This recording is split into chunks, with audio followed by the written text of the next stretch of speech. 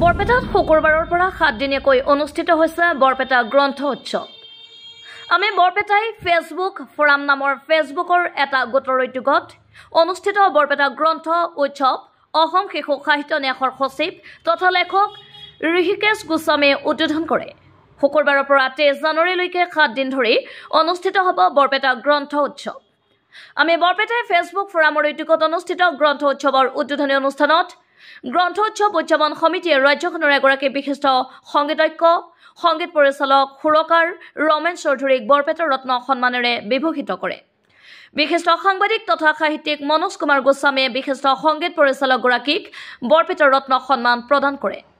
ৰমেন চৌধুৰীক বৰপেটা ৰত্ন সন্মান প্ৰদান কৰি মনোজ কুমাৰ গোস্বামীয়ে ৰমেন চৌধুৰীয়ে ভাৰতীয় সংগীত বিশেষকৈ অসমীয়া সংগীত জগতলৈ আগবঢ়োৱা বৰেণ্য অৱদানৰ কথা উল্লেখ কৰে।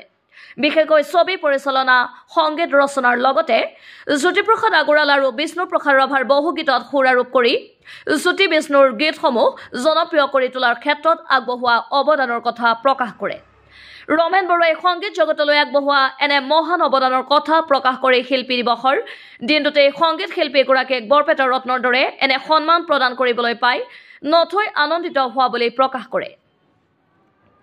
ইপিনে গ্ৰন্থ উৎসৱ উদ্বোধনী সভাত বিশিষ্ট সাহিত্যিক দেৱব্ৰত দাসে হাৰিজান শীৰ্ষক স্মৃতি গ্ৰন্থ উন্মোচন কৰে। দেৱব্ৰত দাসে হাৰিজান উন্মোচন কৰি বৰপেটাৰ সৈতে তেওঁৰ থকা সম্পৰ্কৰ কথা উল্লেখ কৰে।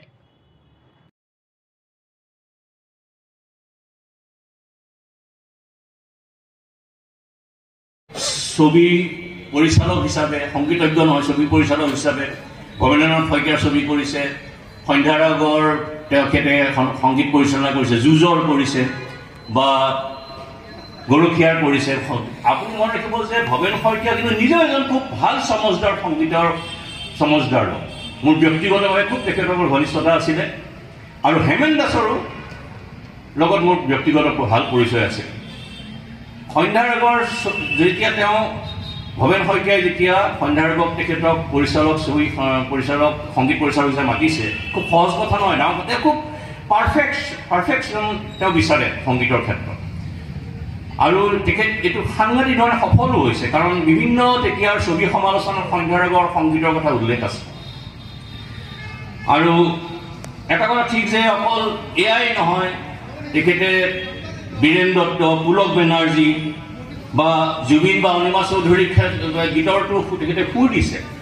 গতিকে অসমীয়া সংগীতেই নহয়, আজি ভাৰতীয় সংগীতক সমৃদ্ধ কৰাৰ তেখেতে এটা ডাঙৰ ভূমিকা গ্ৰহণ কৰিছে আৰু সেই ভূমিকা লওঁতে কিন্তু তেখেতে অসমৰ মাটিৰ গুণ এৰি দিয়া নাই, অসমৰ ঐতিহ্য এৰি দিয়া নাই। আৰু সেইকাৰণে আজি মই এই বৰপেটালৈ আহি শিল্পী দিৱসৰ এই শুভক্ষণত ৰমেন চৌধুৰীদেৱক বৰপেটা ৰত্ন বঁটা প্ৰদান কৰি অতি আনন্দিত হৈছোঁ, গৰ্ববোধ কৰিছোঁ আৰু কৃতাৰ্থ হৈছোঁ। ধন্যবাদ। আগবঢ়ালে মোলৈ, তাৰ বাবে ইয়াৰ লগত সংগতি ৰাখি যিসকল উদ্যোক্তা ইমান সুন্দৰভাৱে এইটো আয়োজন কৰিছে, মই প্ৰথমতে আপোনালোকে আটাইলৈকে মোৰ অশ্ৰদ্ধ প্ৰণাম যাচিছোঁ, সেৱা যাচিছোঁ। নামেই যাৰ পৰিচয় গোস্বামীদেৱে ইমান সুন্দৰকৈ বহুত কথা আপোনালোকক ক'লে। আচলতে মই বক্তৃতা দিয়া মানুহ, এতিয়া গ্ৰন্থমেলাৰ এই অনুষ্ঠানত এইটো বৰপেটা বুলি কোৱা নাই, কিন্তু বৰপেটীয়া সঁচাই বৰপেটা আৰু বৰপেটা এই দুটা বেলেগ বস্তু হয়। কিন্তু আচলতে তোৰ ঘৰ ক'তে? বৰপেটা। বৰপেটীয়া নেকি? অঁ হয়। গতিকে বৰপেটীয়া বুলি ক'লে এটা বেলেগ এটা ব্লাড চাৰ্কুলেশ্যন এটা বেলেগ হয়। মই যদিও গুৱাহাটীতে ডাঙৰ দীঘল হৈছোঁ, কিন্তু মোৰ প্ৰাণে মনে কিন্তু বৰপেটা। মোক কেতিয়াবা সোধে, দাদা আপোনাৰ ঘৰ ক'ত? মোৰ আচল ঘৰ বৰপেটাত, মই গুৱাহাটীত থাকোঁ। বহুতে ক'ব নোখোজে, কিন্তু মই সোধোঁ কেতিয়া আপোনাৰ ঘৰ ক'ত? মই গুৱাহাটীত। আপোনাৰ আচল ঘৰ? নলবাৰীত। প্ৰথমতে নলবাৰীত গৈ গুৱাহাটীত বুলি ক'লে কোনো আপত্তি নাথাকেতো। এইটো আমি পৰম্পৰা, এইটো আমি ৰাখিব লাগে। যে নহওক, মোৰ বিষয়ে অকণমান পঢ়িও দিলে, মই কেনেকৈ ডাঙৰ দীঘল হ'লোঁ, কি কৰিলোঁ, কোনজনা গুৰুৰ পৰা কি শিক্ষা প্ৰদান কৰিলোঁ। আচলতে মই ক'ব নোৱাৰাকৈ এতিয়ালৈকে এই বয়সলৈকে, মোৰ বেছি বয়স হোৱা নাই, 80 পাৰ হৈছোঁ মাত্ৰ, আৰু বহুত কাম কৰিব লগা আছে। গতিকে বয়সে একো সামৰি যাব নোৱাৰে।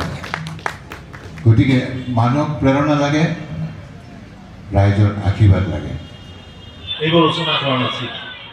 এক নীৰৱে নিঃসংগতাৰ সংগী হিচাপে তেখেতে লৈছিল গ্ৰন্থমেলা, আৰু সেইকাৰণে গ্ৰন্থৰ মানুহক দাসত্বৰ পৰা মুক্ত কৰি পেলাই অমৰত্বৰ স্বাদ দিয়ে। বাবে মই গৰ্বিত। মই বৰপেটাৰে এগৰাকী কৃতি সন্তান বুলিয়ে কওঁ। তেওঁ পানী গ্ৰহণ কৰিছিলোঁ এসময়ত। সেইটো এটা ডাঙৰ সুবিধা হ'ল বৰপেটাক মই ভালকৈ জনা। মই আগতে বৰপেটাৰ বিষয়ে বৰ বিশেষ নাজানিছিলোঁ। মই স্কুলীয়া দিনৰ পৰাই মই বিহাৰ, উৰিষ্যা এইবিলাকত পঢ়া শুনা কৰিছিলোঁ।